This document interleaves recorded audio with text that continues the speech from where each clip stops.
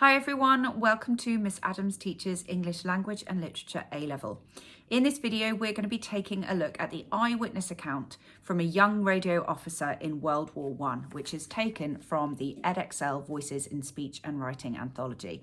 I'm going to take you through the content briefly before giving you some notes on context and gap, that's genre, audience and purpose. I'll then split it out into a few different sections. We won't look at every single line, but we'll look at some key moments focusing in on the linguistic and literary concepts. Let's get started.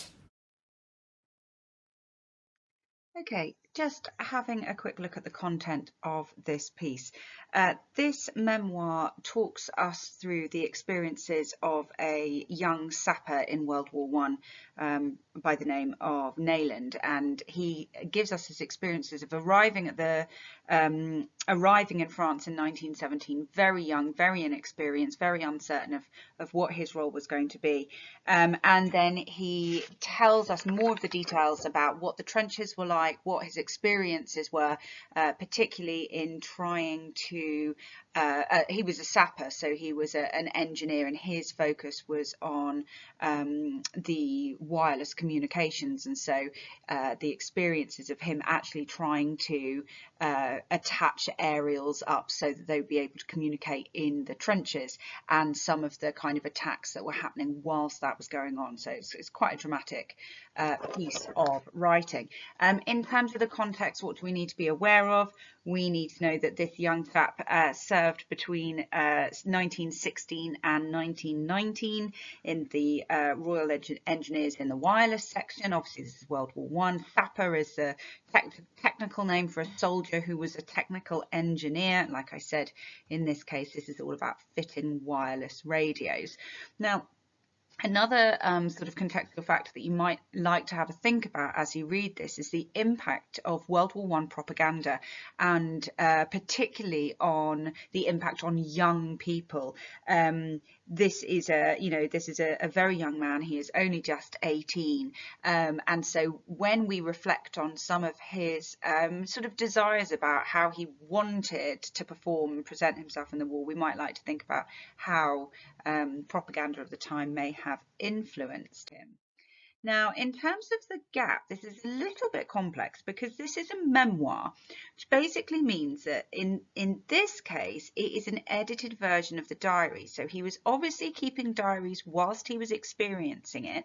And then later on, he has gone back and edited them together to create a memoir. Now, it might be that at the time he had an inclination to publish them publicly, but it's also possible that actually when he wrote it, it was actually just for a private audience for himself, which would be to reflect on his own experiences and to record everything. There might be kind of a sense of catharsis or escape. But then later on, when he's deciding to publish them as memoirs, there's going to be a kind of recrafting or a re-editing to suit the public audience if he hadn't kind of intended that at the time. He might have been writing with that in mind all along. So in terms of who our readership is going to be, if it's a public audience, then obviously you're going to have historians and people interested in history, anyone with an interest in warfare or the military, and very much specifically World War I. You're going to get people that are specifically interested in diary entries, reflections, first-hand accounts. This is obviously an eyewitness account. So it's quite a broad audience, and for that, then what we are really looking at is it's an informative piece, because what he is probably looking to do is to reflect on the realities of war and the realities of his own experience, especially if this is him sort of then at a later date looking back and editing them for that future publication. For all the reasons that I've just described, the voices of this piece are going to be quite varied, because there are going to be times when there's going to be a sort of sense of optimism, maybe even some naivety. There's going to be some sort of bleak reality. There are also some moments where we hear sort of snapshots of the voices of others, which is also quite helpful. So as always, each of my slides with a section of the text will come with some suggested voice descriptors for you to use should you wish. I'm not doing every last little bit of this. I'm just picking out some key areas. always we're going to start with the opening because it's so important that we look at that first bit. So at the age of 18, I crossed to France early in 1917. So immediately we've got conventions of the form, we've got temporal discourse markers, and we've got a reference to his youth. Okay, you're going to notice straight away we've got military lexis or subject specific lexis. So the noun sapper, proper noun Royal Engineers wireless section, which is then repeated later on in the clause, and we also have the place names of the places in France that he was at. Now have a little look at the adjectives in that opening section. So we have a vague idea, so we've got the adjective vague, and then here we've got our likely duties, the adjective likely. So we're really getting a sense of uncertainty, that he didn't quite know what he was letting himself in for. He didn't quite understand what his duties would be, and it's possible that no one really knew what the duties were going to be. And then we've got a little bit of a clarification here, because it is a very new thing, the idea of the wireless section being used in the trenches. So everyone is sort of feeling their way through. Okay, I was sent via St Paul to Arras. So notice here we've got passive voice, and this is very much because, you know, he didn't have control over where he was going. He would have been sent from pillar to post. There is a kind of sense of hierarchy in the structures, as you would assume, and that's something that you can kind of look at as the piece progresses, how the kind of impact of the passive voice changes. This is fairly straightforward. Of course he was sent. He's a soldier. Off he goes with a fellow operator and was led into the trenches.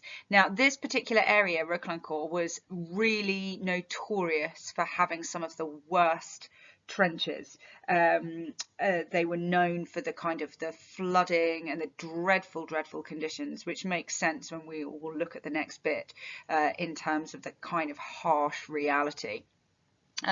So we've got the first experience. Note that of course this is going to be the memorable one of the bursting of a shell near me.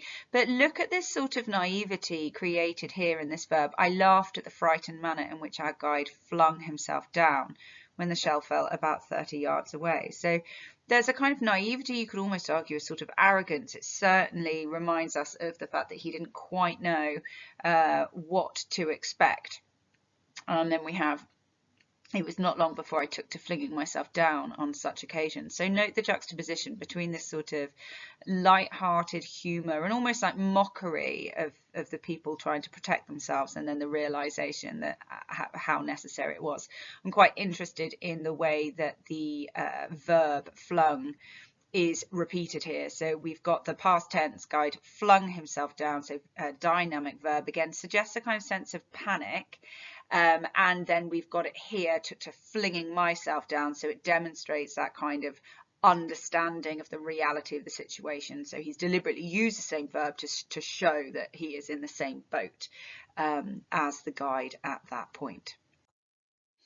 So this is where the piece sounds, in terms of tone, it's a little bit more critical. It's certainly quite bleak because we're really seeing the kind of harsh and brutal realities of the trenches. So we've got, when our guide led me into a trench filled waist deep with muddy water, I could not believe he was serious. So again, you've got that sense of the powerlessness. You know, he is the object of this sentence and he's being led into a trench filled waist deep. So again, we've got that sense of the conditions emphasized with adjectives like muddy. And then we've got this parenthesis here. I could not believe he was serious. And I hesitated. And that's a nice little moment because we hesitate with him. Again, we've got this sense of disbelief coming from him about actually how dreadful these conditions are. And there's a juxtaposition here between the conditions and the dirt and the mud and the way that he is dressed. So if you have a little look at this triad, I was wearing brand new riding breeches, puttees and boots. Puttees are like ankle supports. So everything is sort of brand new, and it's all about presenting that expectation. I mentioned before about the notion of propaganda, and there was this sort of understanding through, you know, the speeches, through the poems, through the posters that are so well known that, you know, your soldiers are almost they're going to be celebrated, they're going to be heroes. And so you've got these sort of quite spectacular pictures, images of them in their sparkling, shining new uniform. And that's what that triad really kind of presents to us. But the harsh reality is of course it was 17 days, nice and specific, before his boots touched dry soil again. That is literal. Okay, that's not hyperbole, that is literal. Note again, here is another passive construction. We were left in a muddy dugout with an officer and his Batman waiting for the attack. So again, there's a sense of helplessness, being left where all you are doing is waiting for that violence. And again, it's emphasized once more by the fact that we still had no idea of our purpose. So there's a lot of kind of vagueness and uncertainty being created here. Further disbelief presented when faced with the sort of frightening realities of war. He learns the Rokenclaw station was to go over with the 1st Infantry Wave. The Rokenclaw station, that was Hewitt, and an officer. So note the way that we've got this repetition, but in this case, repetition is in minor exclamative form, and then we have a further minor exclamative here. That was Hewitt and an officer. So the reality that the station is just 3 of them. And then we've got this listing. It's asyndetic listing because there is an absence of connectives, and it's all very technical, subject-specific lexis, all to do with the wireless engineering. So we have weighty apparatus, the set, accumulators, dry cells, coils of wire, earth mats, ropes, and other details. Notice how it ends on the kind of vagity. So there's this quite sort of stark contrast between how few of them there are and how much stuff they have. And there's almost a sense of it being quite overwhelming in this moment. It's in this section that the voice changes somewhat and becomes a lot more emotive and a lot more descriptive. And this is where we might imagine some of these edits being done for publication, unless he just happened to write in this way. But the next 2 bits are really, they're a lot more kind of literary. Okay, so that night one of our aerial masts was shattered. So it's a declarative statement. It's quite matter of fact. Again, we're in passive voice. Was shattered, and we were instructed to erect another. So it's a sort of, you know, blasé is too strong a word, but it's sort of part of the course now.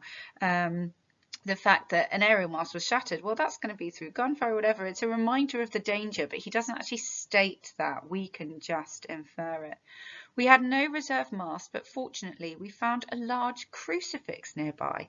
Now, this is such a sort of strange moment. I've said it's strangely symbolic. And I think that what I'm getting at here is the way he goes on to describe the experience makes it feel symbolic. But this isn't literary fiction. This definitely happened. You know, they did do this. They did use a crucifix to try and fix the aerial. But it does seem quite profound in this moment. We've got use of dialogue here, so we've got the voice of the officer, so someone further, you know, higher up in the hierarchy, and you can tell that through the way that imperatives are used. So it's all orders. That's it, said the officer. Hewitt, climb up there, attach the aerial as high as possible. So very much that kind of structure once more. Hewitt clambered up over the figure of Christ. So this verb clambered again suggests inexperience, maybe even a sense of panic. just as a German machine gun swept the line. So we've got this real sense of danger once more, where Hewitt soon falls into a depth of slime, frightened but unhurt. This is where we start to get that sort of literary tone, this, emotive description of the depth of slime. And note how he sort of groups his and Hewitt's experience together. It was our first experience of enemy machine gunfire. So even though it's Hewitt that is immediately in danger, they sort of feel it together. And that is emphasized by the fact that we've got that imperative once more from the officer, you try. So there's no concern here for the danger. It just has to be done. And again, continuing with this sort of literary style created in this moment. If you look at this declarative, what we've got is it's a very long, complex compound sentence. And one of the ways that sort of it has that literary tone is because of how beautifully crafted it is with anaphoric structures. If you look at all of those clauses, they're all starting, to dig, to hold, to fix. It is an eerie sensation to climb over an effigy of Jesus, to dig your feet into any parts of the figure offering foothold, to hold on to the outstretched arms and breathe onto the downcast face, to fix a rope somewhere on the cross, and to hear the German machine gun tat-tat-tatting all around. Okay, so I've underlined some phrases for you here, and all of these ones that I'm underlining are linked to common depictions of Jesus Christ. The fact that they are having to climb up over Jesus on the cross feels very, very powerful in this kind of wartime setting. It feels almost incongruous. It almost again reminds us of how close they are to death, and actually what they're willing to give up. There's a sort of like a parallel here between the idea of Jesus giving up his life and them giving up their lives. And then there's this sort of massive juxtaposition between this very profound literary emotive description and the onomatopoeia of the German machine gun firing all around them. So again, bringing us back to the reality of the situation. And then the last one that I just wanted to draw your attention to is the very end of the extract that we've been given. And I really want you to think about that notion of the impact of propaganda just reading this. I felt intensely relieved that I was to be given an opportunity of doing something useful and a feeling that at last I was to play a real part in the Great War. I found that Hewitt too experienced a sense of relief. So we've got the shared experience between him and Hewitt, and it all comes into this idea of relief. So look at this, we've got the noun relief here, we've got the verb relieved there, which is pre-modified by this adverb of manner intensely, demonstrating that kind of the sort of desperate need they have to be involved. He sees it as an opportunity, and it's, if you look at this adverb here, it is at last. So there's this real sort of sense of desperation to be involved. You might want to ask yourself why you'd get a sense of relief. Is this because of notions of guilt? If you think about some of the propaganda messages coming from home, is that if you're not taking your part, then you are in some way a coward, that you're not doing your duty. So in order to fulfill your duty, you have to go and do something active and something, quote marks, useful. And then we've also got this metaphor here where he talks about playing a part in the Great War. Now you might say, well, it's a bit of a dead metaphor. Is it worth pointing out? But actually, I think it really is, if you think about this as a metaphor for like showmanship or kind of unity, because a lot of the propaganda out there was presenting war as this sort of either a competition or a big game or a sort of show that you had to be a part in, and if you weren't doing that, then you were sort of standing back and hiding in the shadows. A lot of the poetry, Jessie Pope's poem Who's for the Game, the biggest that's played, actually has a specific line about taking a stand in the show. And you also have some of those very famous propaganda images of all of the people taking part, and then, you know, one person sort of stood off to the side in the shadows, and it was meant to create a real sense of guilt. And so here we have this very young man who, despite the horror of the conditions that they weren't expecting, you know, they didn't have any idea, they're still driven by this need to take part and be useful and be a part of that sort of that show, that drive. And there we go. That's it from me. I hope that was helpful. I know I didn't look at every single sentence.